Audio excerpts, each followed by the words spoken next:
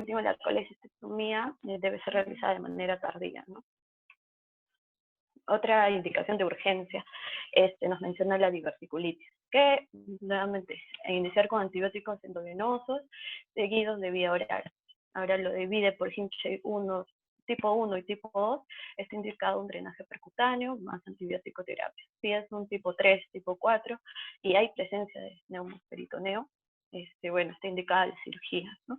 Y si es que no responde a antibiótico terapia, ya sea tipo 1 o tipo 2, definitivamente tiene que ir a la cirugía. Esta es otra de las, bueno, es la guía americana también, pero habla del cáncer en cirugía, ¿no? Es una guía general que nos menciona 3 puntos en sí, que tenemos que considerar los recursos hospitalarios que tiene cada sede, ¿no? Cada hospital, valorizarlos, y de acuerdo a eso vamos a poder decidir. Otro es que nos dice que debemos coordinar, no tomar decisiones solo por nuestra cuenta, sino que hay que coordinarlo con expertos, instituciones, y que esto no se deben hacer obviamente juntas médicas presenciales, sino que todo se debe hacer de forma virtual y que valorar cada caso de forma individual. Lo interesante de esta guía es que nos precede y nos da inicio y nos nombra 3 fases, que nos dice que la cirugía en cáncer hay que tomarla en 3 fases, que la voy a mencionar. En realidad solo puntualmente dice que las vamos a dividir en 3 fases y lo desenvuelve en otro ítem. Luego, en esta cirugía de cáncer colorectal. Las 3 fases que mencionan solo se basan en realidad en cirugía de colon. Bueno, voy a explicar la fase 1, que es el ajuste semiurgente, la fase 2 es el ajuste urgente y la fase 3. O sea, estas son las fases en las que va a pasar todo centro hospitalario en algún momento, por la que va a pasar, por la que nosotros estamos pasando.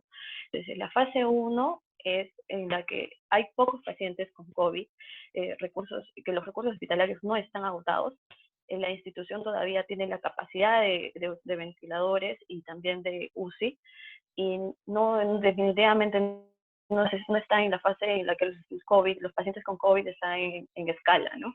Esa es la fase inicial, esa es la fase que ya pasamos. Estamos ahora entrando a la fase 2, estamos en la fase 2, que es la fase urgente, de ajuste urgente. En esta fase hay muchos pacientes con COVID, la capacidad ya está limitada de ventiladores y la presencia, y el UCI, la unidad de cuidados intensivos, también está limitada. Los recursos hospitalarios también están limitados, ¿no? Entonces el Perú, por lo menos ahora, en estos días, nos encontramos en la fase 2. Próximamente se dice que, bueno, son semanas para que se pase de una fase a la otra, ¿no? La fase 3, que es a la que vamos a entrar, es cuando todos los recursos hospitalarios están destinados, o sea, se destinan a pacientes COVID. Ya no importa, prácticamente le dan prioridad solo a este tipo de pacientes, todos los recursos van a ser para estos pacientes. No hay ventiladores, ya no tenemos UCI, disponibilidad en UCI, sala de operaciones también no está disponible, y el paciente tiene mucha alta probabilidad de morir si la cirugía se difiere. Entonces, basada en estas fases, he tratado de hacer un cuadro para resumir las patologías, ¿no? Entonces, tenemos por el lado izquierdo cuál es la acción que se va a tomar de acuerdo a la fase en la que nos encontremos. Estando en la fase 1, que ya pasamos la fase 1, entonces, ¿qué patologías están indicadas la cirugía tan pronto sea factible? En el caso de una obstrucción de colon, una obstrucción de cáncer rectal, cáncer que requieren transfusiones frecuentes, cáncer de colon asintomáticos, rectales después que han recibido la quimiorradiación como un adyuvante y no han respondido al tratamiento, el cáncer rectal en una etapa temprana donde la terapia adyuvante no fue apropiada, ¿no? Pero si estamos en la fase 1, ¿qué patologías nos van a permitir que posterguemos esto a un manejo de cirugía 3 meses, por lo menos? Que haya presencia de pólipos malignos, indicaciones profilácticas para condiciones hereditarias, pólipos asintomáticos grandes, carcinoides del colon asintomáticos, carcinoides rectales asintomáticos. Y un tratamiento en la fase 1 un tratamiento alternativo, ofrecerle al paciente un tratamiento alternativo para diferir la cirugía. ¿En qué patologías? Cáncer de colon localmente avanzado, pero resecable, que tenga un cáncer de recto con buena respuesta a la neoadjuvanta, que tenga cáncer de recto localmente avanzado, enfermedad oligometástica con terapia sistémica efectiva disponible. En la fase 2, en la que nosotros actualmente estamos, entonces, ¿qué diagnósticos van a decir que yo debo operar al paciente inmediatamente? ¿No? Que tengan una suboclusión por cáncer de colon. Otra donde no se pueda colocar un stent, ¿no? Es decir, por vía endoscópica. Que tenga una suboclusión por cáncer de recto. Y que tenga cáncer con alto requerimiento de transfusión. Que también tenga un cáncer con evidencia pendiente de perforación. Esos son los únicos diagnósticos en los que ahora, si recibimos una emergencia, podemos catalogar y decidir que ameritan cirugía. Los demás, todos los procedimientos colorectales típicamente programados de rutina, los podemos postergar a 3 meses. Ahora, un tratamiento alternativo para diferir la cirugía en la fase 2 es transferir al paciente a un hospital con capacidad, considerar terapia neoadjuvante para pacientes con cáncer de colon y recto, y de ser seguro considerar terapias endoluminales para cáncer de colon y recto, ¿no? Como los stents, la colocación de stents. Y ya, y en la fase 3, que es a la que vamos a llegar en unas semanas, la cirugía, tan pronto sea posible, está indicada en casos solo con sangrado, perforación, obstrucción o sepsis. Todos los demás casos van a tener que ser postergados. Vamos a llegar al punto en que simplemente no se va a operar nada más que eso. Y transferir al paciente, bueno, el tratamiento alternativo es que hay que transferir al paciente de todas maneras a un hospital de mayor capacidad y, de ser posible, es poder realizarle una ostomía y que siga recibiendo su quimioterapia y radioterapia. Otro ítem que nos habla la guía americana es cómo debemos saber, qué hay que saber y qué medidas tomar antes, durante y después de la cirugía. Es importante saber el uso, ya explicó algo Frank, voy a recalcar según la guía americana aquí, él ha explicado según SAGE, el uso del equipo de protección está indicado para todo paciente, para cualquier caso sospechoso o infectado. Tenemos la mascarilla N95 o una mascarilla superior para procedimientos que genere el aerosol en pacientes COVID infectados o sospechosos. Los respiradores descartables o máscaras faciales deben descartarse según políticas institucionales y la higiene de manos luego de descartar una mascarilla facial. Ahora, encontré, la Universidad de Carolina del Norte ha hecho un protocolo que habla del donning y el doffing, que son pasos que hay que seguir. Por ejemplo, el donning habla los pasos que hay que seguir antes de entrar a la sala de operaciones, ¿no? Siguiendo las figuras, les voy a explicar uno por uno. Lo que nos dice es que hay que empezar primero, el primer paso es dejar todos los materiales que tengamos fuera de la sala. Colocarse la gorra quirúrgica, luego pasar a ponerse las botas protectoras, luego hay que lavarse las manos. Luego de lavarse las manos, procedemos a colocarnos la mascarilla, ¿no? La mascarilla N95. Hay que verificar que no filtre aire de la mascarilla, tiene que estar bien sellada. Luego de eso, pasamos a ponernos encima otra gorra, la gorra quirúrgica. Pasamos a ponernos la protección de los ojos, que en este caso es la mascarilla facial, la total. Nuevamente nos dicen que en este momento vamos y dejamos el celular, porque muchas veces lo tenemos guardado en la ropa, ¿no? En ese momento dejamos el celular fuera de la sala de operaciones y hay que proceder a un lavado de manos, pero esta vez el quirúrgico. Entramos a sala, recibimos lo que son los guantes, luego nos ponemos el mandilón, nos lo amarran y nuevamente, ¿no? La indicación es doble guante y ya con eso terminamos el don. se pasa al procedimiento quirúrgico. Una vez que se termina la cirugía, los pasos que hay que seguir es que primero hay que remover con una toalla estéril los restos sólidos que puedan quedar en nuestros guantes. Luego pasamos a que tiene que haber un gel, ¿no? Un gel para desinfectar. Nos echan el gel, nos desinfectamos las manos, procedemos a quitarnos las botas, nos retiramos los guantes, nos quitamos el mandilón, dejamos el mandilón y los guantes en uno solo y lo botamos en la basura. Luego, nuevamente nos tienen que echar gel para poder empezar a retirarnos las cosas de la cabeza. Nos empezamos a quitar la mascarilla, la gorra la desechamos. Como teníamos dos guantes, entonces por último terminamos de sacarnos el guante, ¿no? Y podemos salir de sala. Una vez que estamos fuera, nuevamente hay que hacer un lavado de manos para retirarnos la última mascarilla que teníamos. Luego de esto, también nos ofrecen este cuadro en el que, en general, es para usar qué tipo de equipo de protección debemos usar de acuerdo al paciente al que nos vamos a exponer. En general, las medidas son, a cualquiera de estos tres pacientes, igual hay que hacer un lavado de manos, independientemente de si el paciente está aislado o no, y independientemente si nuestro equipo de protección está desgastado. Tenemos en el primer color el verde, que es un paciente del que no sospechamos que tenga COVID. Igual tenemos que usar una mascarilla. ¿Y cuándo debemos usar este equipo de protección? Cuando el paciente no tiene síntomas de COVID y vamos a estar cerca de él por una distancia menor de 2 metros y vamos a exponernos por más de 1 minuto. Todos estos equipos de protección, como ven, los vamos a usar en los mismos lugares, ¿no? En clínicas ambulatorias, en departamentos de emergencia, en cuidados intensivos. El lugar es en todos tenemos que utilizarlo.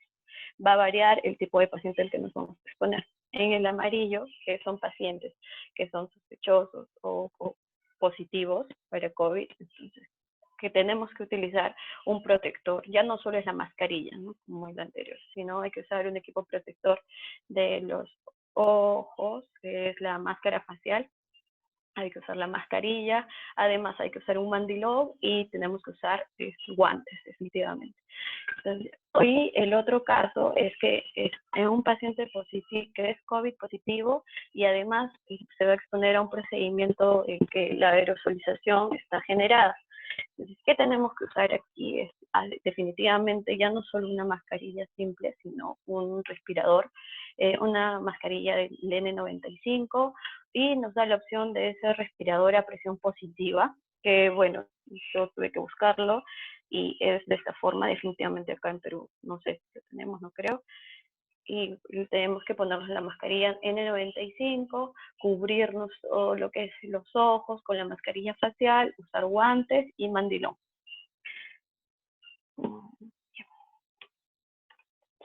Entonces, otro punto que nos toca es el riesgo de la intubación, ¿no? Entonces, nos recomienda, de por sí, la intubación es un procedimiento que va a aumentar la aerosolización y la transmisión de gotas va a aumentar, ¿no? Lo que nos dice es que tanto los cirujanos y el personal que no son necesarios para la intubación deben estar fuera de la sala. Entonces hay que dejar al anestesiólogo, en este caso el experto, y el que lo haga en menor tiempo, a que termine la inducción y la intubación, y recién ahí nosotros vamos a ingresar a la sala de operaciones, ¿no? Se recomienda también, como mencionó Frank, que el quirófano ideal es uno que tenga que estar a presión negativa todo el tiempo durante el acto quirúrgico. Además, nos dan unas indicaciones específicas que debemos tomar en cuenta, ¿no? Tener un número mínimo de personal, o sea, lo ideal, lo necesario, y sobre todo en la intubación, como se mencioné antes, y así como en el momento, en el acto quirúrgico. No debe haber observadores y se debe usar aspiración al momento de la electrocauterización. Lo ideal no es usarla, pero en muchos casos sí amerita y hay que usar un aspirador.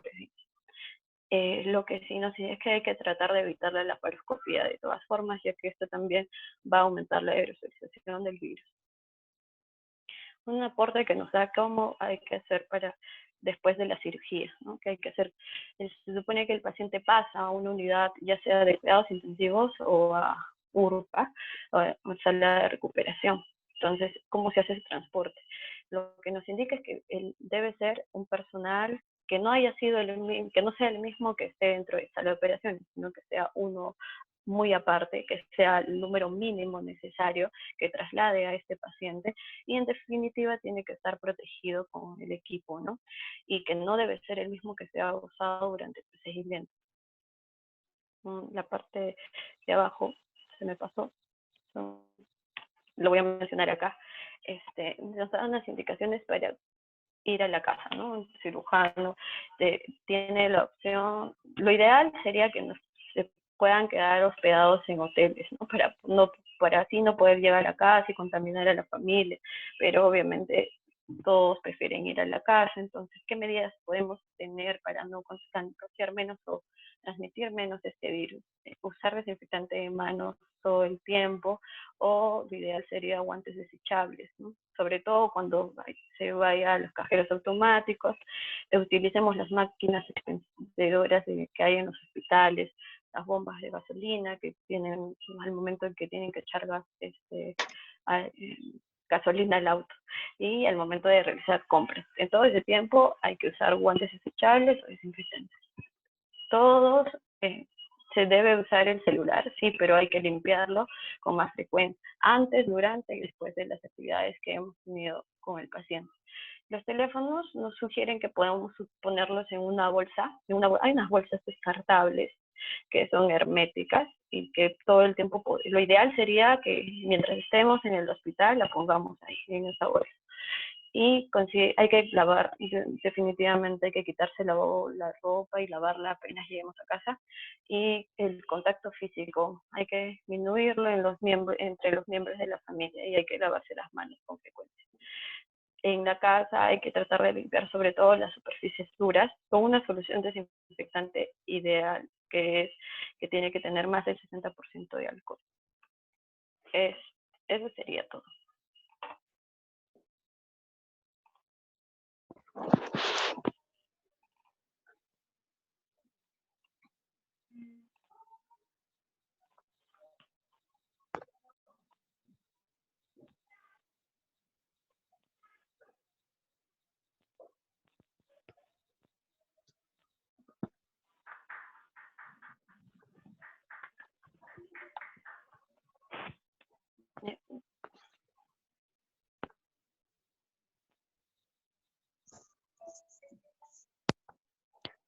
Hola, Esther, ¿me escuchas?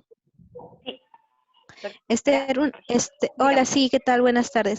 Una pregunta, en tu primera parte, la primera parte de tu exposición, las indicaciones de cirugía de emergencia se refieren a los pacientes ya COVID positivos, para su mala, o sea, siendo COVID positivos para, digamos, su mala suerte, tienen este diagnóstico, o en general lo que deben hacer todos los servicios de cirugía de emergencia en este caso de la pandemia, ¿no? O sea, que se deben hacer más restricciones sobre qué pacientes ameritan o no cirugía de emergencia. Exacto, doctora. Lo que nos dice la guía es que estas son las únicas patologías que ameritan que sean manejadas por el cirujano en este estado, en la pandemia. Por eso las he mencionado una por una.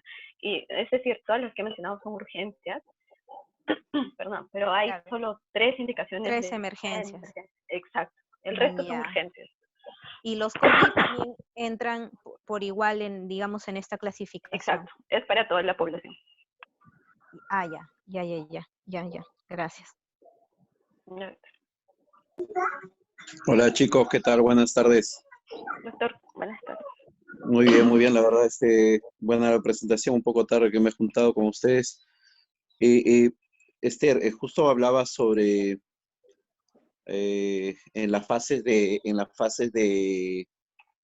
la que tenemos, digamos, que presentar al paciente y el tipo de cirugía que vayamos a realizar. Sí, pues, no sé si en la mañana lograste entrar a esta conferencia de la de Nueva York. Doctor, la verdad que como quería revisar absolutamente bien estas guías, no me daba el tiempo. Perdón. Nada, mira, sí, justo lo que yo creo que al final la conclusión que daba era, Doc, primero, sí, se mostraron bastantes, ¿no? Había uno, el que era de China, el miembro de la Sociedad Cirujana de China, había uno de Italia que habló, sobre las cirugías electivas, hablaba otro sobre las indicaciones en cirugía de emergencia, y mencionaba también bastante esto sobre las fases que tú acabas de mencionar. Definitivamente, sí, pues cuando no es recomendable en esta etapa, cirugías electivas, no es recomendable, e incluso las cirugías de emergencia tampoco, limitarnos también bastante a la cirugía de las verdaderas emergencias. ¿Y a quiénes dijiste que son tres tipos, dijiste, cirugía de emergencia? Sí, Eso sí doctor. no te lo escuché. Solo se considera cirugía de emergencia cuando hay neumoperitoneo, isquemia intestinal y obstrucción intestinal. Son los únicos diagnósticos que, o sea, definitivamente digo, sí, hay que meterlos ahí. El resto te dan opciones, ¿no? Incluso la apendicitis, ¿no? La apendicitis nos dice que debemos empezar con antibiótico-terapia. Y por último, la cirugía es lo último. Pero también está el juicio de cirujano. Y claro, y en eso mencionaba alguna fase, algún tipo de fase. Por ejemplo, claro, cuando hemos estado en la fase 1 y 2, Claro, es de que lo repente que como yo, que no.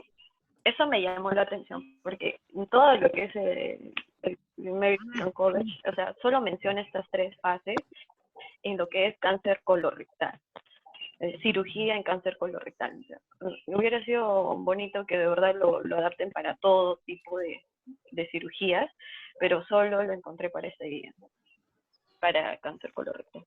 No lo aplicaron para los demás hasta ahora. O sea, Lo que hablaban era de las cirugías de emergencia. Primero hay que establecer las contraindicaciones anestesiológicas. Hablaron sobre las contraindicaciones para cirugía, y si estaba contraindicado por el hospital que tenemos, por la realidad que tenemos en el hospital.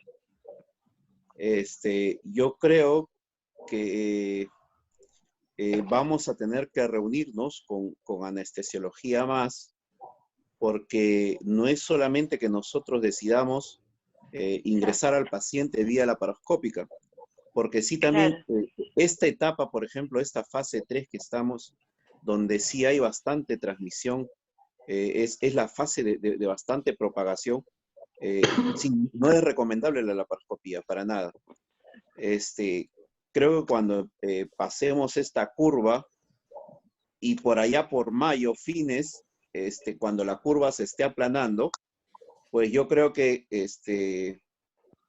sí podríamos pensar de repente en cirugía laparoscópica, incluso de emergencia. Las selectivas de repente poder seleccionar, y hablaban de la cirugía de cáncer, en qué momento de repente estas patologías de cáncer, que son cirugías benignas selectivas, se van a transformar en una real emergencia. Es decir, la emergencia va a estar saturada con este tipo de patologías.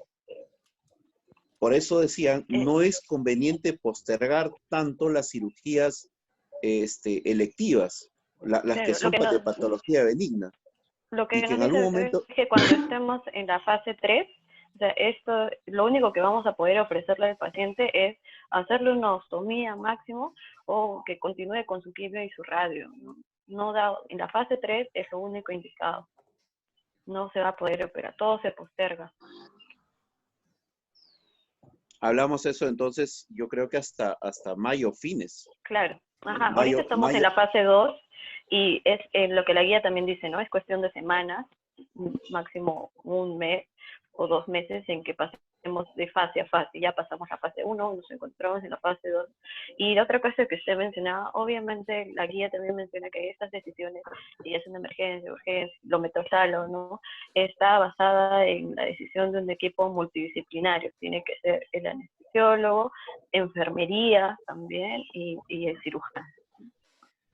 Y UCI, obviamente. sí. Yo creo que en el hospital, por ejemplo, sí, pues ya estamos ahorita operando las apéndices y estamos operando todo tipo de apéndices, la verdad. Ayer habían 7 hospitalizados y 2 eran supuradas. Eso fue ayer. El día martes había una que era congestiva. Entonces, pero me acuerdo que esta supurada era un paciente que vino, un varón con un hemograma con 18.000 leucocitos y una proteína C reactiva en 15 y era supurada. Entonces, sí, pues ahora también es parte de la, lo otro que mencionaban, hacer bien la anamnesis, ¿no? La anamnesis es bien importante en estos momentos, uno para ver la sospecha de si por ahí si es sintomático o no. De repente en el grupo voy a mandar, justo le he tomado unos screen a las presentaciones que han hecho los doctores, y hablaba también sobre así sea positivo o negativo. Ahora yo me imagino negativo le ponían al que ya ha sido descartado con una prueba, ¿no? No sé si con prueba rápida, IgM y después IgG, pero, o sea, paciente que ha sido descartado, positivo y negativo, considerarlos al final ambos igual como positivos. Ahora, no sé si con prueba rápida, IgM y IgG también, eso sí no explicaba a quién es negativo. Pero sí, incluso con ellos, con ese tipo de pacientes, ofrecerles en algún momento la laparoscopía, que yo creo que a finales de mayo sí podríamos estar pensando en esto.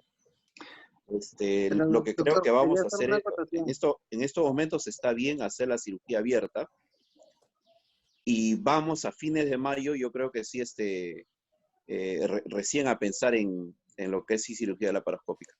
Con algunas, he mandado un documento el día de ayer justamente por las deficiencias que tenemos ahorita en sala de operaciones. Estamos operando cirugía abierta con una sola lámpara. Estamos operando en la sala 4. Tenemos una sola lámpara nada más. No ayuda para una cirugía abierta siquiera.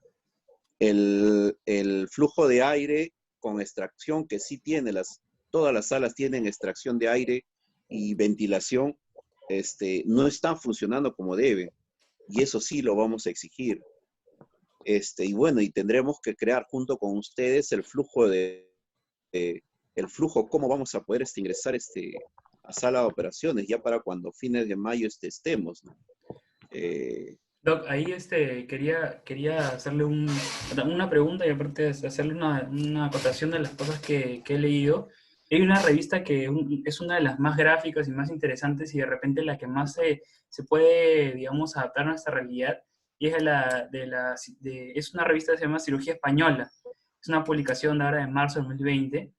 Y en esta revista, pues ahí hay un protocolo muy, muy sencillo que se los voy a compartir ahora con la pantalla. Y ahí, o sea, no sé si llegan a verlo, ¿no? Pero aquí en realidad el problema y lo que más nos limita antes de pensar en un protocolo es que no tenemos los test rápidos. Tal vez podríamos pensar en alguna tomografía, una radiografía de tórax, pero realmente no tenemos ni los test ni el PCR. Entonces, eso es una limitación. Sí, justo hablaban esto de la realización de las tomografías, incluso en pacientes con sospecha, ¿no? Sí, sí, tienes razón de eso. Sí. Incluso ellos incluyen en el protocolo esto que mencionan, que nos exponen acá, a las cirugías, bueno, electivas, ¿no? Entonces, sí creo que, bueno, como mencionaron en la exposición, tal vez ahora tenemos pocas posibilidades de ofrecerle algún procedimiento quirúrgico, y sería diferir el procedimiento quirúrgico por la fase que nos encontramos, pero después yo creo que sí podríamos aplicar este procedimiento. Y otra cosa que le quería comentar, o que le quería preguntar es que, o sea, ha comentado sí algunas cosas, pero quería preguntarle, o sea, digamos, cómo es la realidad en el hospital, porque para más o menos saber y poder de repente guiar este protocolo y poder adaptarlo a nuestra realidad, ¿no? Buenas tardes. Quisiera hacer un comentario al respecto. ¿Me escuchan? Sí. Sí. Sí, ¿qué tal? Buenas tardes. Sí, antes que nada, o sea, creo que habría que definir, en primer lugar, si el hospital está preparado no solamente para operar pacientes que sean positivos a COVID, sino también para manejar el postoperatorio. En realidad, la mayoría de guías está basada en recomendaciones de expertos. No hay mucha evidencia al respecto, y la mayoría de evidencia que se tiene en base de las recomendaciones son en base a las infecciones virales que han habido con anterioridad, ¿no? Al H1N1 y a los otros, las otras enfermedades como el MERS, ¿no? Ahora, la prioridad es definir tres cosas. Uno, el bienestar del personal quirúrgico, tanto en emergencia como en sala de operaciones. Dos, definir qué tipo de pacientes se van a operar, viendo primero si el paciente realmente está sano o puede tener la enfermedad, pero presentarse en el cuadro asintomático, que usualmente varía entre un 30 o un 40%. Esos pacientes no van a tener ningún tipo de síntoma. Ahora, el resto de pacientes, por ejemplo, que se pueden dar el caso, por ejemplo, como se ha reportado en España, en Italia, que ellos sí han tenido que operar pacientes COVID en estado crítico severo, ¿no? Pero acá no creo que veamos esa realidad, pero también habría que preparar una contingencia para ese aspecto. Adecuar una sala de operaciones justamente para tratar este tipo de pacientes. Es lo que también se ha estado mencionando en el protocolo de España y de Italia, que han acondicionado una sala específica para emergencias de pacientes COVID positivos, porque no pueden, ellos referían que otro tipo de cirugía, por ejemplo, de un paciente sano que salga con los test negativos, no podría entrar a esa sala de operaciones por el riesgo de infectarse después. Ahora, el siguiente punto también sería definir, después de operarlo, a dónde pasa el paciente. Si va a pasar a UCI, porque de todas maneras la probabilidad de complicación en un paciente positivo es de 30 a 40%, de demanda de una unidad de cuidados intensivos y probablemente ventilación mecánica. Y el otro detalle también es que la mortalidad, de acuerdo al estudio que mencionó Frank, es de un 60-70%, ¿no? Entonces habría que ver si realmente el hospital está preparado para manejar un postoperatorio, y también identificar, por ejemplo, los casos que se nos pasen. Supongamos que se opere un paciente asintomático que no se detecte al inicio y que posteriormente en hospitalización dé positivo. Entonces también habría que tomar medidas para que disminuya el contagio entre otros pacientes dentro de la misma hospitalización y el personal que está allá adentro. Entonces son muchas cosas para definir, ¿no? Y si realmente la sede está preparada como para poder tomar todos esos puntos, porque si se nos escapa uno, va a ser lo mismo. Sí, hola, sí, justo en estos momentos, no, el hospital no está preparado. Recibíamos una visita más o menos el 27 de marzo, habrá sido, de un médico del Instituto Nacional de Salud, infectólogo él, y justo veía la emergencia, y en la emergencia hay una gran contaminación cruzada. Mencionaba que no había la buena distribución de las áreas, para cirugía, gineco, medicina, como que los pacientes estaban todos cruzados. Claro. Una medicina, y al costado gineco, y al frente cirugía, pacientes de medicina y la observación adentro.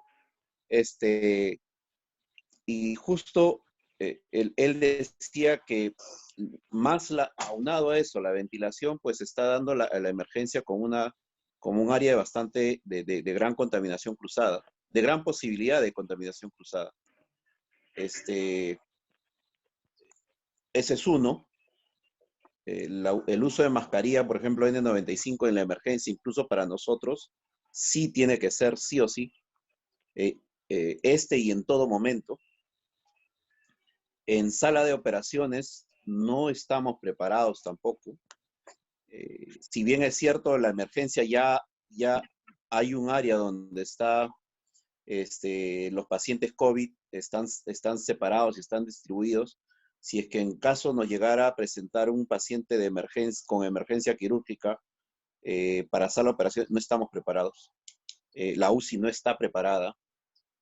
En el sentido de atender a un paciente en cuanto a su clínica, sí, posiblemente, pero a un paciente COVID positivo con una emergencia quirúrgica no está preparada. Desde los equipos de protección personal no los tenemos. A las justas tenemos esta mascarilla, la N95. Yo acabo de recibir mi segunda mascarilla desde que se ha empezado la emergencia sanitaria de marzo. Hasta ahora recién he recibido mi segunda mascarilla. Eso también ya lo estamos gestionando con la jefatura de departamento, que no es posible eso. La sala de operaciones, si bien es cierto, en este momento no tenemos la gran afluencia de pacientes selectivos, pero en caso de haber una cirugía de emergencia y tengamos que entrar y la referencia no se dé, bloquearía, la verdad, toda la sala, todo el centro quirúrgico, mejor dicho. Porque el área de ingreso, el único área de ingreso que tiene el paciente es por el ascensor que da frente a obstetricia. Usted lo conoce. No tenemos otro ascensor para traslado de pacientes. Y es la única entrada por donde los pacientes podrían tener este ingreso a centro quirúrgico. Eso bloquearía todo el centro quirúrgico. Ahora, son 2 horas de desinfección en cuanto a limpieza y cuidados. La hospitalización, si es que el paciente no tendría necesidad de UCI, no la tenemos en este momento. Hospitalización de tercer piso ya se ha transformado en una hospitalización para pacientes COVID. Nosotros hemos pasado la hospitalización al área de cirugía de día, no sé si recuerdan, la que está al fondo de sala de operaciones. Estamos ahí hospitalizando a los pacientes. Y es un área que tendrá, ¿cuánto? De 5 por 8, más o menos. No, debe tener 50 metros cuadrados, debe tener el área. Y tenemos hasta 7 pacientes ahí hospitalizados. Varones y mujeres juntos todos. Un solo baño. Y la ventilación tampoco es la adecuada. Los pacientes no están teniendo todo mascarillas. El hospital no puede brindarle las mascarillas quirúrgicas a los pacientes. Es decir, en este momento, incluso en esa hospitalización que tenemos en cirugía de día, estamos con una gran contaminación cruzada. Si es que alguno que es sospechoso y no sabemos quién es positivo, no. A ninguno que operamos ahorita se le hace una prueba de descarte. Entonces, sí, yo creo que no, definitivamente no estamos preparados. El hospital no está preparado, digamos, para una cirugía de emergencia. Incluso para paciente COVID, definitivamente no. Para un paciente sospechoso, podría pasar al área de hospitalización de tercer piso, si es sospechoso. Paciente con síntomas que necesite una emergencia quirúrgica, podría pasar de frente a tercer piso. Bloquearía sala de repente unas 2 horas, ¿no? Que es la desinfección. Más o menos esa es nuestra realidad, ¿no? Y ropa, en cuanto a equipo de protección personal para la cirugía, por ahí Esther mostraba un equipo con una máscara, parece las de Scuba, me hacía parecer esas para buceo, no contamos con eso tampoco, ¿no? Sí. Buenas tardes, sí, me escuchan. Bueno, sí estaba escuchando ahora toda la exposición. Bueno, sabemos que ahora que el COVID es una enfermedad que está acá y que se va a quedar por buen tiempo. Entonces, sabiendo esto, tenemos que pensar siempre que el paciente que tenemos al frente es un paciente sospechoso, asintomático con COVID. Entonces, para esto es que tenemos que tener siempre las medidas de protección respectivas. En cuanto a lo que nos concierne a nosotros, que es la parte quirúrgica de un paciente sospechoso o sintomático en todo caso, eh, esas guías americanas que mencionas, tenemos que darnos cuenta también que es otra realidad. Sabiendo que acá el paciente tiene otra idiosincrasia, que está con la idea de siempre meterte un juicio por cualquier cosa, sabemos que son los pacientes de acá de Perú no logran muchas veces seguir las indicaciones que les damos. Yo no voy a pretender, y también conociendo que, por ejemplo, el tratamiento médico de una apendicitis tiene un fracaso de casi 50%, yo por lo menos no voy a pretender darle una apendicitis un tratamiento médico. Yo esos pacientes voy de todas maneras a prepararlos para sala de operaciones porque no tenemos las facilidades que tienen en Estados Unidos de llevarlos a los pacientes, tener un mejor seguimiento y si hacen abscesos, llevarlos fácilmente a un drenaje percutáneo. Acá lamentablemente no tenemos, esa no es nuestra realidad. Sabemos que esos pacientes se podrían incluso complicar más y aumentar la estancia hospitalaria e incluso hacernos el harakiri, porque vamos a tener que tener un paciente pasándole visita más días en hospitalización.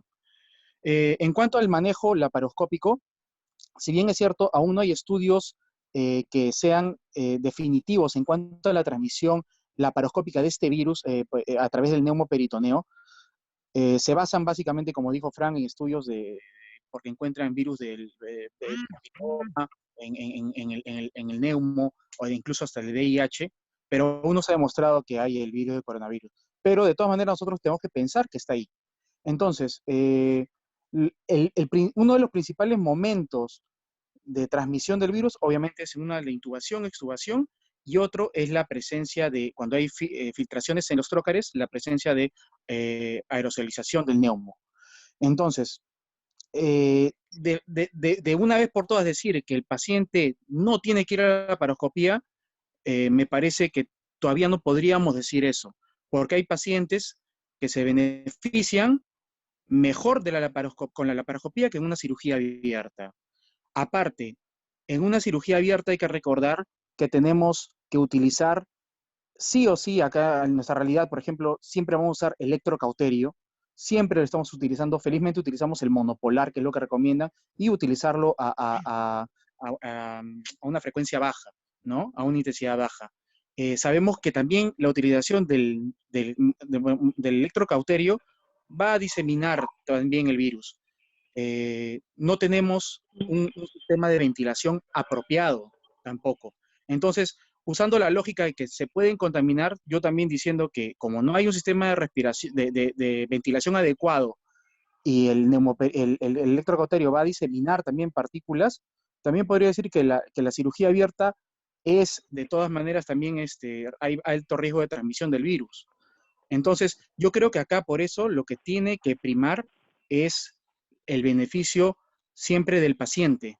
Si yo tengo un paciente diabético con un cuadro, como me tocó la otra vez operar dos pacientes diabéticos con vesícula gangrenada, y yo sé que si les hago una cirugía abierta, ese paciente tiene más riesgo de infección, más tiempo de estancia hospitalaria, yo creo que esos pacientes se pueden beneficiar de una cirugía laparoscópica y obviamente con todos bien protegidos. Muchas veces ahorita estamos escuchando que el anestesiólogo, básicamente el anestesiólogo es el que tiene muchas trabas para poner un paciente a anestesia general por el problema de la intubación. Pero yo creo que coordinando bien y explicándole bien al anestesiólogo y haciéndole entender que igual en la cirugía abierta hay aerolización, hay la presencia de partículas por el electrobisturí que utilizamos, y que lo más seguro, en verdad, yo veo que con la cirugía laparoscópica, evitando que haya filtraciones, evitando que haya colocar ventana en los trócares para que salga el neumo, y haciendo aspiraciones como están recomendando algunas sociedades, creo que se puede realizar esta cirugía laparoscópica en pacientes seleccionados. Como les repito, hay que pensar que todos los pacientes están infectados y solamente hay que operar lo que es realmente emergencia. La selectiva, sí, ni modo, como están diciendo las guías, hasta 3 meses podemos posponerlas. Pero la cirugía que es realmente emergencia, tenemos que solucionarlas y estar siempre bien protegidos. Aló, hola, ¿me escuchan? Sí. Bueno, quería participar también en esta exposición muy buena por parte de los dos residentes. Lo que habla Locke, según la Asociación de Coloproctología, también recomienda el uso de la laparoscopía, solamente para acotar eso y para también hacer mención de que el filtro ULPA, del cual mencionaba Frank, ahorita les voy a mandar una foto al chat. Este filtro ULPA, escucha, no se puede enviar, ¿no? Ya. Este filtro ULPA, lo que hace, pues, como él dice, ¿no? Disminuir la, Sí se envió, Doc, sí se envió. disminuir la Sí, está aerosolización. bien. Ya, disminuir la aerosolización. Y obviamente asociado al filtro UAP que está usando el Barcelona Clinic, son como los filtros de aire de carros. Prácticamente la eficacia es del 99.99%, pero esto solamente se usaría para cirugía cerrada, o sea, laparoscópica. Por eso que ellos recomiendan la laparoscopía. Como dice Locke, en nuestra realidad, pues, nosotros vamos a tener una tendencia a hacer la cirugía abierta, ya que no tenemos estos filtros, UAP, ni VAP, ni ULPA, y al momento de que nosotros hacemos la cirugía abierta, yo quería conversar cómo es que están haciendo en el Negreiros, porque en Sabogal estamos haciendo el uso de un electrocauterio artesanal, ¿no? Y obviamente hay una casa comercial que nos ha propuesto también, bueno, a la jefatura, esto de acá, los voy a mandar las imágenes, para poder usar este tipo de electrocauterio. El tema es de que, hoy les voy a enviar la foto, el tema es de que cuando usamos el electrocauterio artesanal, así como les he enviado la foto ahora, y el que nos están recomendando, que es este de acá, nosotros vamos a tener que saber a dónde para el humo, ¿no? A dónde para lo aspirado. Un canister, ese canister básicamente lo que va a hacer es solamente el 5% de las partículas pesadas, porque las gotas más pesadas, los aerosoles más pesados son los que van a caer, sin embargo los más pequeños y peligrosos son los que van a continuar. Entonces también estábamos evaluando con los asistentes del Sabogal también si en verdad, bueno, esto obviamente va a disminuir la carga, pero no es lo ideal tampoco, la aerosolización, disminuir la aerosolización con este tipo de electrocauterio. Lo que también mencionaban era de que, bueno, nosotros estamos usando ese, el que le he mandado, el artesanal, y nosotros sí contamos con una sala COVID y una UCI COVID, pero nuestra sala COVID no es a presión negativa, ¿no? Justo como mencionaba Frank, es importante que tenga una presión negativa en la sala de operaciones para pacientes COVID positivos. Básicamente no para protegernos, ni para proteger al personal intrasop.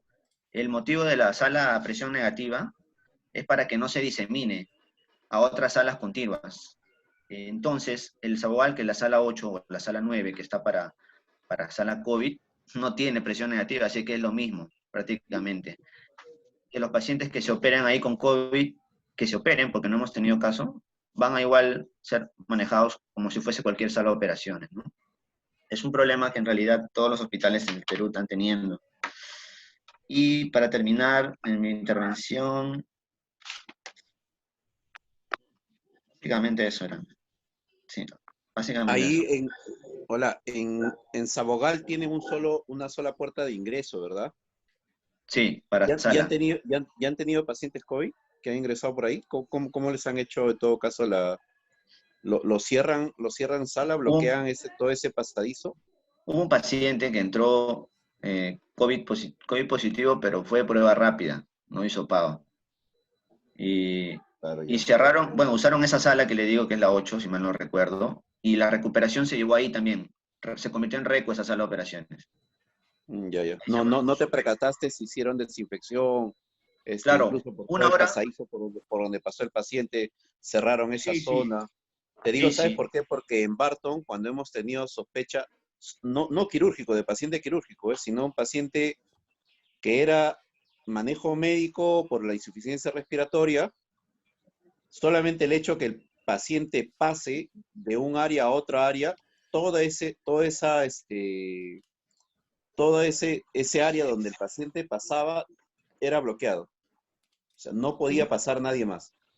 Y Claro. pasaban 2 horas para hacer la desinfección de todo y recién se podía desbloquear, ¿no? Todo ese pasaje. Incluso el ascensor, Conversando. felizmente hay 3 ascensores, solo se usa un ascensor para este tipo de pacientes, ¿no? Porque ahora están llegando, hay varios pacientes de manejo médico que están llegando allá a Barton y solo usan un solo ascensor exclusivo para este tipo de pacientes. No sube, ningún personal sube, así esté descontaminado, no sube ningún tipo de personal, porque en ascensor peor todavía se conserva más la contaminación, ¿no? El protocolo de desinfección que usa, según la jefa de anestesio, es de que 1 hora después de que todo paciente sospecha COVID entra a sala, 1 hora después ya pasan con la desinfección, ¿no? O con rayos UV o con lo que haya, ¿no? Pero 1 hora después es porque las gotas más pesadas caen, las demás ya se hace un aislamiento de 6 horas. Y nada más, se continúa con las salas a nivel de todo el piso de sala, ¿no? Nadie más puede entrar hasta en esas horas, ¿no? Doctor, Ahora, disculpe, una pregunta. Sí. Quería hacer una pregunta. ¿En esa abogada le están haciendo prueba rápida a todo paciente que entra a sala de operaciones? O sea o no sea COVID, o sea, así no tengan sospecha, o solamente si tiene síntomas les hacen la prueba rápida a los que entran a quirófano. No, lo que tenemos es la prueba rápida IgG. Y como sabemos, eso a partir de 7 a 10 días no da positivo. Solo lo estamos haciendo, bueno, la directiva, la gerencia han indicado solamente al personal de salud de sala y al personal de salud en general. Todo paciente con sospecha y con clínica que es presentado a sala de cirugía tiene tomografía de tórax, eso sí, por protocolo. A todos los pacientes le están pidiendo TEM de tórax. Si le pide abdomen, le pide de tórax también. Pero que le hagan una prueba rápida, así no tenga clínica respiratoria, no. Mencionar Algo para que el el paciente Negreiros, tenga clínica respiratoria y le hagan un despistaje en el triaje COVID, donde ahí sí le piden el hisopado, le hacen su buena anamnesis, todo lo que compete, ¿no?, a la evaluación clínica. claro. En el Negreiros, por ejemplo, el paciente que entra con posibilidad quirúrgica, deberíamos de quedar que a todos le pidan radiografía de tórax, a todos. Porque sabemos que igualito ahí en la radiografía de tórax podemos ver, o hasta hay estudios que dicen hasta ecografía de pulmones, que también hay signos ecográficos de pensar en COVID. Entonces, yo creo que si no tenemos la facilidad de una tomografía de tórax como el Sabogal, por lo menos pedir radiografía de tórax a todos los pacientes que estamos ingresando con alta posibilidad quirúrgica. ¿Y qué más? Bueno, y otra cosa, ¿no? O sea, he visto lamentablemente acá las mascarillas N95 son escasas y vemos lamentablemente que muchos de nosotros entramos con la misma N95, entramos a sala de operaciones, con la misma N95 con la que salimos desde casa. Entonces, por lo menos yo aconsejaría de todas maneras colocarnos la mascarilla quirúrgica encima de nuestra N95 para evitar también la contaminación en sala de operaciones de esa mascarilla N95, que es con la que nos transportamos básicamente, ¿no?, desde el hospital a las casas.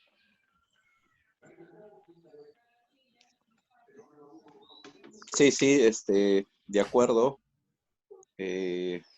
Más bien, Yacen, justo en esta etapa en la que estamos del virus, pues es de bastante transmisión, de bastante transmisibilidad, ¿no? Yo no sé, bueno, la verdad cuando sí lo haces por beneficio del paciente, yo la verdad sí, hasta hace poco, como te mencionaba la vez pasada por el chat, estábamos operando la paroscopía, pero la idea de suspender la paroscopía, la verdad ha sido por esta alta transmisibilidad que hay para el resto, ¿no? O sea, del paciente hacia el resto, en estos momentos. Pero De esa misma acá transmisibilidad a fines de abril, se la claro, va a pasar por la cirugía abierta. va a ser otra la tenemos realidad, ¿no? información. No estamos, yo no estoy en contra, incluso esto que escuchaba de la conferencia de Nueva York, no hay nada claro incluso, ¿no? Aún siendo el paciente positivo, pero sí, claro, con toda la protección y todo. Pero lo que creo que si planteas en estos momentos una cirugía laparoscópica a un paciente, no teniendo asintomático, creo que aparte expones al resto, ¿no? A la enfermera, al anestesiólogo, muy aparte del beneficio del paciente, ¿no? No, pero o sea, lo que digo es que la transmisión de la que tú temes vas a tenerla igual con cirugía abierta, porque nuestras salas no tienen ventilación a presión negativa, no tenemos un buen sistema de aspiración, utilizamos el electrocauterio. O sea, solamente la laparoscopía le estarían sumando el riesgo, que aún no hay estudios, de que se transmite el virus en la aerolización del neumoperitoneo, nada más. Eso es lo que ese es el gran miedo que se tiene en la laparoscopía. Nada más, porque de ahí todo lo demás, incluso en la laparoscopía, es mucho más fácil aspirar el humo porque se queda dentro del abdomen. Yo lo veo incluso mucho más seguro aspirar el vapor que sale del electrobisturí, aspirarlo dentro del abdomen del paciente, a que sea una cirugía abierta, que igualito, o sea, bacán, el anestesiólogo colocó su raquidia regional y se fue, como muchas veces vemos que lo hace. ¿Y quién se queda en sala aspirando todo el humo? El cirujano. ¿Sí o no? O sea, pero en la laparoscopía, en verdad, yo lo veo cuando el paciente realmente lo necesita y es un paciente seleccionado, un obeso, un diabético, en los cuales el beneficio de la laparoscopía va a ser mayor, yo en verdad preferiría hacerlo la laparoscópica, obviamente con la protección, los EPPs requeridos, ¿no? Para eso. Sí, yo creo que es ese punto importante en cuanto dices de que sí, la selección del paciente, ¿no? Una apendicitis que es supurada entre el riesgo y el beneficio por un paciente que son pocas horas de evolución ante el riesgo de una sospecha en estos momentos, ¿no? De acá a abril, fines de abril, eso es otra condición, va a ser otra la condición, a mayo incluso. Pero en estos momentos creo que a un apéndice de pocas horas de evolución, ofrecerle la laparoscopía, más bien le das, más que el riesgo al paciente, le das el riesgo al resto de gente, ¿no? Pero sí, yo creo que lo que dices es importante eso en cuanto a la selección del paciente. Exacto. Que Yo digo, habría que pensarlo bien, justo eso es lo que dices, ¿no? Exacto, exacto. O sea, paciente seleccionado. No digo a una flaquita hacerle una Pendilab con una apendicitis de 6 horas. Obviamente no, ¿no? Ahí se da cirugía abierta, transumbilical o como quiera hacerla, pero en pacientes realmente seleccionados en los cuales el beneficio de la laparoscopía va a ser mayor, yo creo que sí sería ideal hacerle la laparoscopía bien protegidos, nada más. Hace poco, hace poco entraba a una cirugía abierta ahí en Sabogal con el doctor Merino. Y prácticamente hicimos la incisión al frío hasta la aponeurosis. Y aponeurosis también abrimos con bisturí, básicamente como lo hacían los antiguos cirujanos, no me dejará mentir. Y minimizábamos el uso, pues, ¿no? Como dicen las guías, ¿no? La recomendación, minimizábamos el uso de hemostasia con energía, ¿no? Hacíamos disección, clipaje con Kelly y hacíamos el nudo, ¿no? Con tal de así tener la electrocauterio con aspiración conectada, usar lo menos posible, ¿no? Y se disemina menos también, ¿no? Para complementar en esta idea, por ejemplo, ayer estuve en una conferencia también de revisión de expertos, en la cual justo se debatían varias escuelas acerca de si la laparoscopía o abierta. Y en realidad cada escuela está adoptando una posición, pero no hay un consenso en sí de cuál es mejor, porque en realidad las dos formas generan un riesgo de exposición. En cuanto a la laparoscopía, por ejemplo, el riesgo de exposición que se mencionaba era acerca del neumoperitoneo, pero ¿debido a qué? Debido a que en estudios previos de otros tipos de virus, por ejemplo VIH, PVH, hepatitis, se había encontrado restos de carga viral, ¿no? en el aire del neumo, pero con coronavirus no hay nada demostrado. Ahora, por otra parte, lo que mencionaba los cirujanos argentinos y españoles es que ellos sí están usando la laparoscopía, pero para cirugías que realmente sí son emergencias, y minimizando los riesgos. ¿Cómo minimizaban ellos los riesgos? Uno, mediante el uso de los filtros que habían mencionado, y el otro es que, por ejemplo, hacían las incisiones para colocar los trócares más pequeñas para tratar de evitar fugas por la salida de la incisión, y lo otro es que también sugerían no utilizar la técnica abierta para la creación del neumoperitoneo, sino todo con veres, para que no haya fugas. Y aparte aconsejaban también poner un punto de sutura para fijar el T1 en el ombligo y no haya los accidentes de salida de trócar de manera accidental, y que también haya fuga de neumo por ahí, ¿no?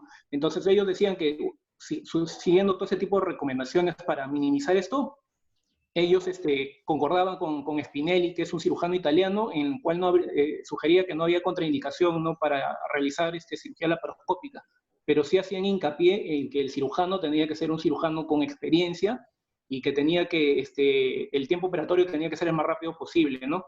Y sobre todo, el otro punto que ellos coincidían era que el riesgo, tanto en cirugía abierta como en laparoscópica, se incrementa sustancialmente si vamos a hacer cirugía de colon o cualquier tipo de cirugía intestinal.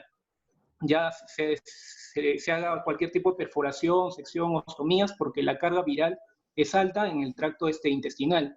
Entonces, abierta o laparoscópica, el riesgo es el mismo si vamos a abrir intestino. Entonces, por eso es que decían que habría que tener mucho cuidado al momento de usar cualquier tipo de instrumento que emita calor y haga que se vaporice el intestino, porque la carga viral se llenaría en el aire. Y lo que algunos aconsejaban es que de repente se minimizaba eso por la laparoscopía, ya que se podría aspirar el neumo antes de retirar los trócares, ¿no? Incluso también el otro efecto beneficioso era también de utilizar un neumoperitoneo a presiones bajas, ¿no?, entre 8 a 10 milímetros, dependiendo. Y eso iba también de la mano con la experticia del cirujano.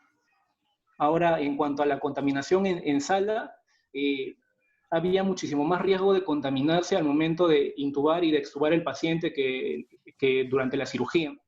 Entonces, por eso es que también sugieren el uso de esas peceras al momento de intubar, y que el anestesiólogo, por ejemplo, no haga la ventilación manual con bolsa, el bolseo para oxigenar al paciente en la preventilación, que ahí es donde generaba mayor partícula o mayor carga viral en el ambiente, más que en la cirugía en sí.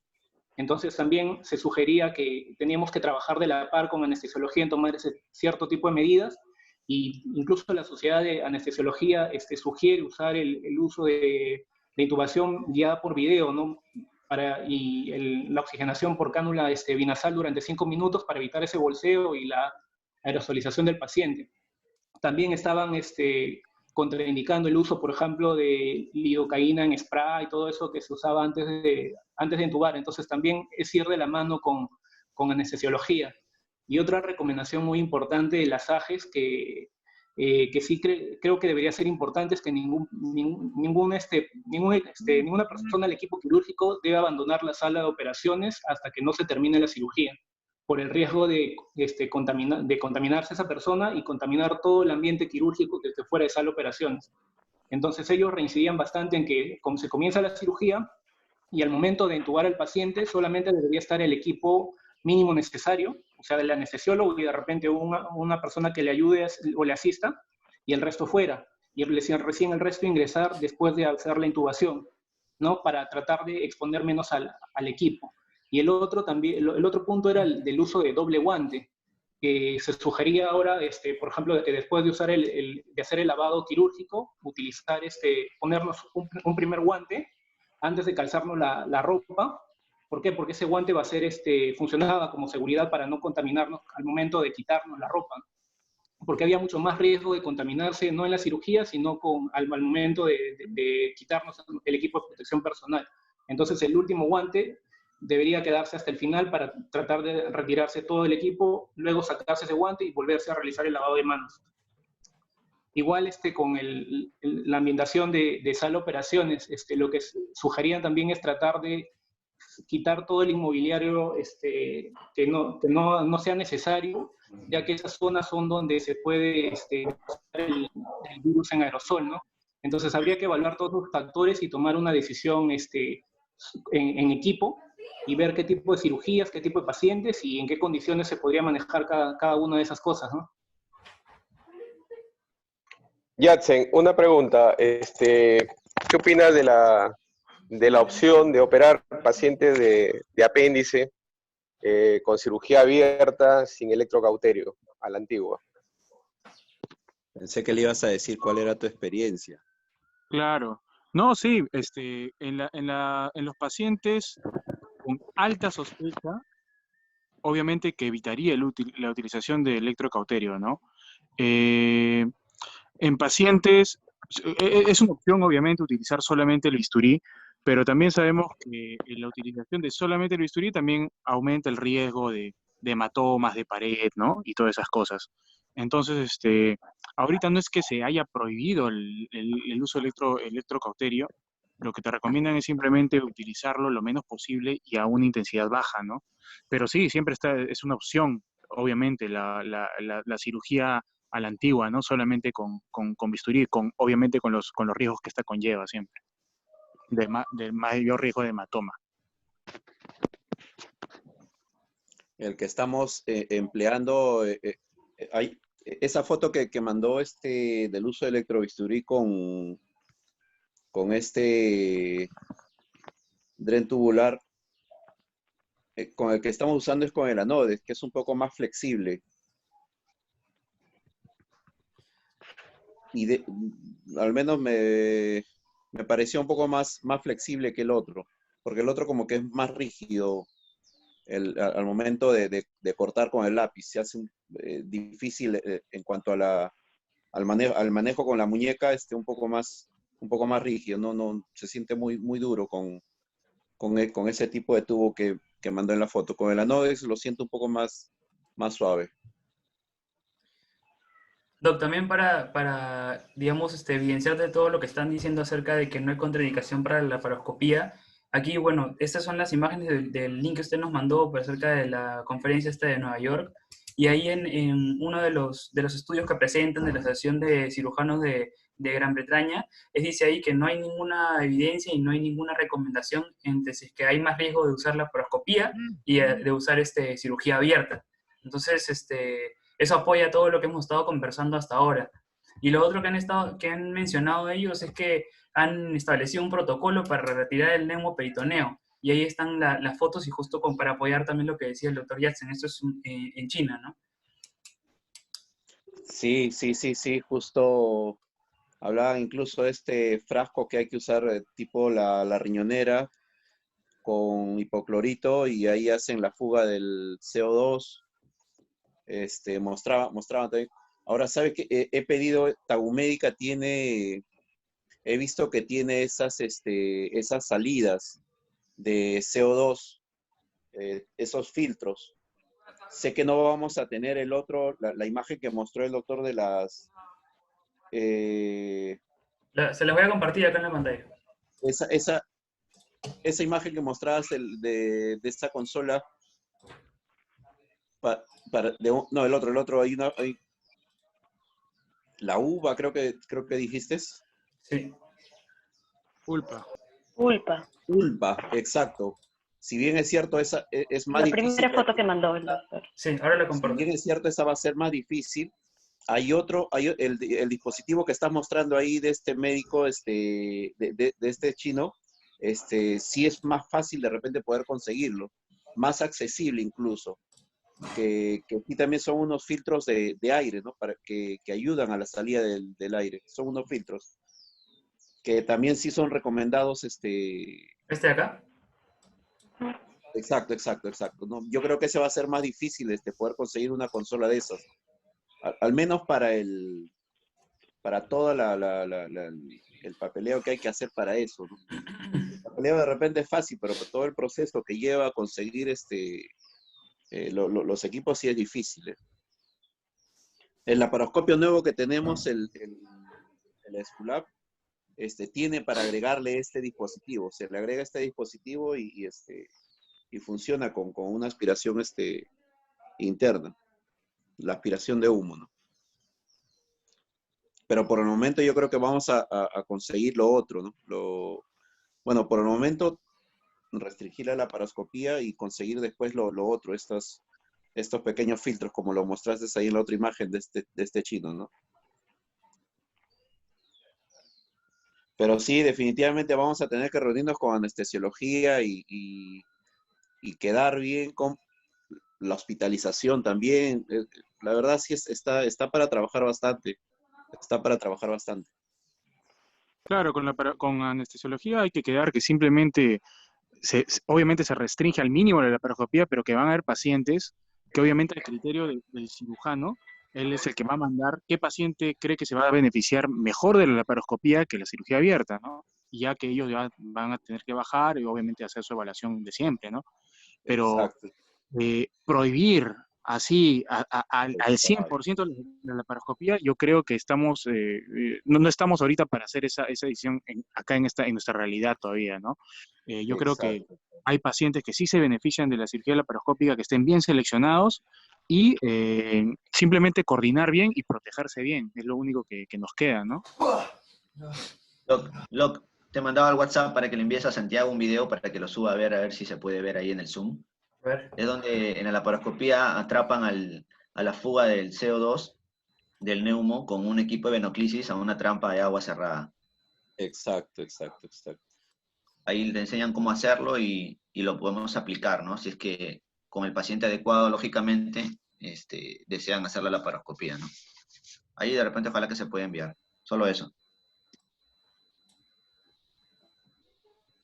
Gracias, doctor.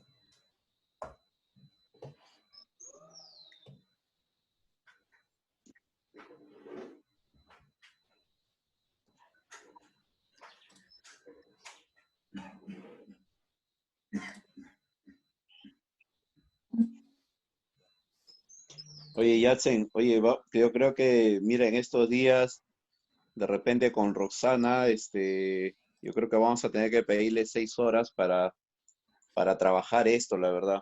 Si bien es cierto, estamos debiendo horas, pero yo creo que esto ya hay que estar trabajándolo en cuanto a estos flujos, porque la cirugía definitivamente ha cambiado en cuanto al manejo de acá en adelante.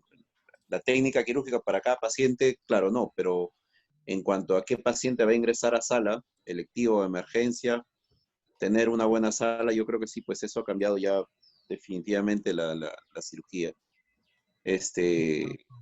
Yo voy a pedirle a Roxana poder tener al menos esas 6 horas y pues trabajarlo. No sé si desde casa, pero ir completando esas 6 horas, ¿no? Para ir creando estos flujos, lo mejor para el paciente, ¿no? Claro, claro, de todas maneras. Incluso eso es lo que estás proponiendo de, sí, pues no ser rígidos, pero en esta etapa, la verdad, yo diría sí ser rígidos, ahora, claro, a esas gangrenadas, bueno, utilizar la guía de Tokio, las 48, 72 horas, darle la chance al paciente y pues ver, ¿no? Un paciente obeso si requiere o no requiere la cirugía, para someterlo al riesgo de contaminación con una cirugía laparoscópica, ¿no? Sí, yo creo que hay que estar trabajándolo, Yatsen. ¿Se logra ver el video? No sé si lo pueden ver. Sí, sí. A ver, ya, sí. Sí. El audio no sé si se escuchará, pero voy a intentar igual. ¿Se escucha el audio? La vamos a conectar Sí. a la salida Ya, de que usualmente utilizamos para descargar el CO2. La otra punta, que es estéril, la vamos a conectar a presión por la entrada del humidificador, ¿sí? Duro. Exacto. Esto nos va a permitir, al abrir la salida de CO2, vamos a ver cómo burbujea y tenemos una trampa que es agua con solución con hipoclorito. La vamos a poder controlar desde la salida del trocar y evitar así el contagio. Sí, exacto. Claro, la otra opción es meter tu aspiración y aspirarte todito, pues, ¿no? Obviamente. También es el otro, exacto. Claro, Porque claro, también sí. va Esa es la directo a canasta. la canastilla. Exacto. O sea, hay que tener cuidado solamente con la aspiración o salida del neumoperitoneo, que ese es el riesgo y el miedo que le están teniendo a la laparoscopía en este momento, ¿no? Obviamente que todavía faltarían estudios que nos digan si hay realmente transmisión del virus por el neumo o no. Pero sí, de todas maneras es un tema que hay que trabajar en coordinación con anestesiología y ver siempre, como digo, el beneficio del paciente y obviamente también cuidándonos a nosotros mismos, ¿no? Por eso digo restringir realmente lo que es emergencia. Antes de repente nos dábamos el lujo de meter pacientes que no, emergenciar cirugías, ahora no lo podemos hacer. Simplemente operar lo que es realmente emergencia. Exacto. De acuerdo.